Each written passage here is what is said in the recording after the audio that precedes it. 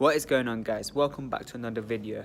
The weather here is amazing at the moment, about 21-22 degrees, so I thought what better way is it to make a video. So today I'll be going through how I was able to save over $100 by negotiating with suppliers for my previous products. There's simple yet effective strategies that you need to know in order to actually negotiate. If this sounds interesting, let's get straight into it. Alright guys, now inside my computer I'll show you the exact template I've used to save over $100 in purchasing my product. First, I would like to shout out to Johnny Bradley. I used his template on negotiating with supplier and it worked for me, so that's why I'm creating this video, to create more awareness and show people in this sort of situation how to negotiate, because it is quite difficult at the start if you've never done it before. But first, what I would like to say is, when you're talking to someone in China, being friendly and good relationship is two most important things, because if you are nice and friendly to people in China, they believe strongly in friendliness and having a good relationship, and therefore if you do the simple steps such as saying thank you for your time or thank you for the quotation or whatever, you're most likely to build a rapport with them and most likely to actually do you a favor.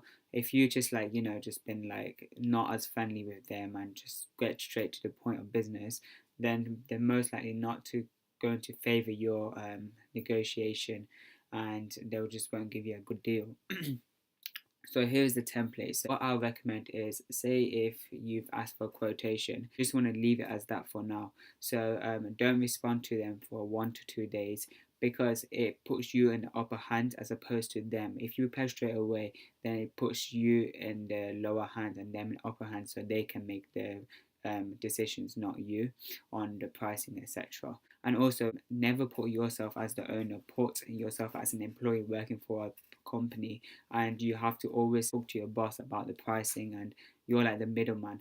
The reason for this is that you want to have a good relationship with the supplier, and if things don't go well, you to say that, oh, my boss is saying this, and it never puts you in a bad position. It always puts your boss, and the reason for this, it shows that you're trying your best to actually sort of deal out between your company and them, and you're the likable person, whereas your boss, he's the main decision maker. So always keep it as that, because what I've realized is that it works so much better than you actually being the owner itself, and it makes the company seem a lot larger than it really is, as you have a boss and you're a company as opposed to being like a sole trader. This is the first thing I say: thank you for your time, because you want to thank them for being patient and waiting.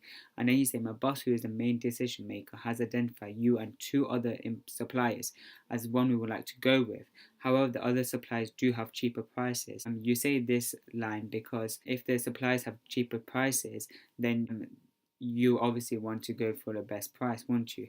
But then you say that I would like to recommend that we will work with you, as your communication has been great, and I believe a good working relationship for continued business is important.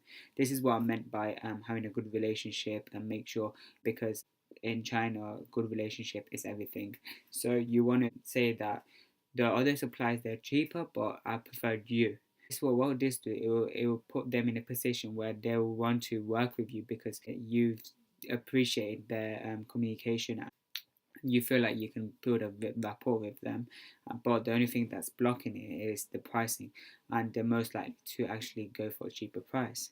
And then what would you say is that if you're able to match the other prices, I would recommend we'll go with you. So what this statement is saying, that if you're able to match it, I will tell my boss, let's go with you, because we want to build a relationship with you. Or if not, then we'll have to go to the other suppliers, because they are offering cheaper prices. And then you say, for full disclosure, here are the quotes we have received. Then you just make some quotes up. So what I would recommend is knocking about 10 to 15% of what they have quoted you. Make up a quote, say 250 units at $1.95, and that's for the product and bundling product if you're adding the bundling product. Adding the shipping, so always knock off a bit on shipping that they've quoted as well, and then total amount. And then for the second supplier, what you do is you just change it a bit. So you put the 250 units at the same price or a bit lower, like 5 cents lower, and then either put the shipping a bit higher or a bit lower, so change the shipping from $140 to $145. So it looks more realistic and doesn't look like, yeah, you're just making it up. As you can see, this is for $632.50, whereas the first applies for $625.50. And then what you say is that I look forward to hearing your reply and I look forward to working with you. This shows that you're keen and interested in them, and it also puts them in a position where they're the decision maker, that they have to make a decision whether to go with you or not.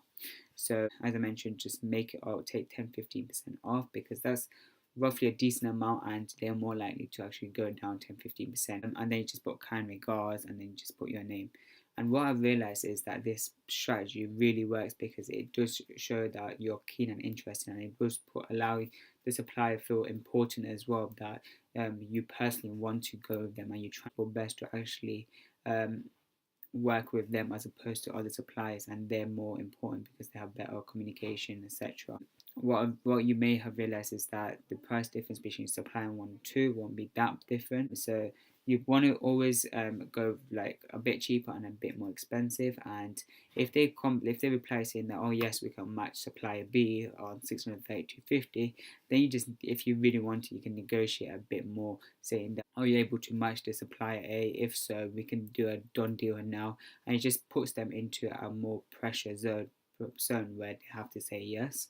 And if you want to actually really like push it more, then you can say that I've contacted supplier A, they've now changed it to $620 instead of $627, and try pushing it. But it's up to you whether you want to actually push it, or if you're happy of paying the 10-15% off price as well. But that's the strategy. It's pretty simple. You can literally copy and paste this template. I'm going to link it down below, and do let me know if it works for you, because it has for me. You can see why it does work as well. It's not like you try pushing on them. It's just being a friendly way of negotiating, and there's quite a clever strategic way. That's pretty much it. If you did like this video, make sure to hit the thumbs up and be sure to subscribe down below for more videos like this.